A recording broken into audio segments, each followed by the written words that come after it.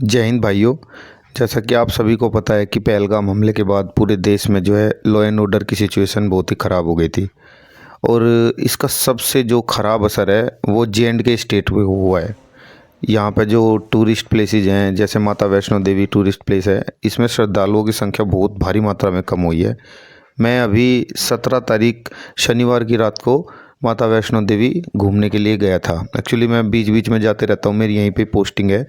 तो इस बार हम 3 दोस्त मिलकर घूमने के लिए गए कि अभी ये सब चीज़ें नॉर्मल होती जा रही हैं, देश में सीज़ फायर हो गया है और धीरे धीरे सब जनजीवन जो है ट्रैक पे आ रहा है, तो हमें भी जाना चाहिए।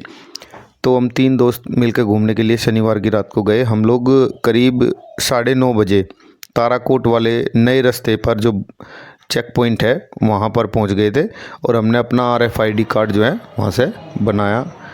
वहाँ से बनाकर जो है हम आगे माता वैष्णो देवी की यात्रा में चलने के लिए तैयार हो गए।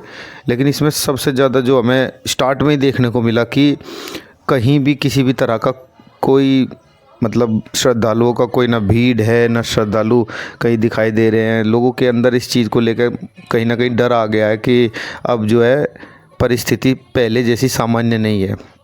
हालांकि ऐसा कुछ अब रहा नहीं है J&K में। धीरे धीरे जब सब चीज़ें, दिन में तो सभी चीज़ें सामान्य हो गई है और रात में भी धीरे धीरे अब बहुत सारी चीज़ें सामान्य होनी शुरू हो गई हैं।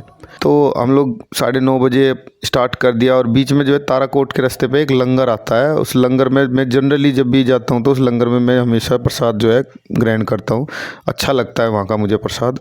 एक चावल का और दाल का जो है खिचड़ी जैसा कुछ वो लोग बनाते हैं, बहुत स्वाद और अनोखा ही उसका एक टेस्ट होता है, तो मुझे हमेशा ही अच्छा लगता है। तो हम इस बार भी हम लंगर में रुके। जनरली उस लंगर में लोगों की इतनी भीड़ होती है कि वहाँ बैठने के लिए आपको इंतज़ार करना पड़ता है और प्रसाद लेने के लिए तो लंबी लाइन भी होती है, तो लाइन में भी लगना पड़ता है।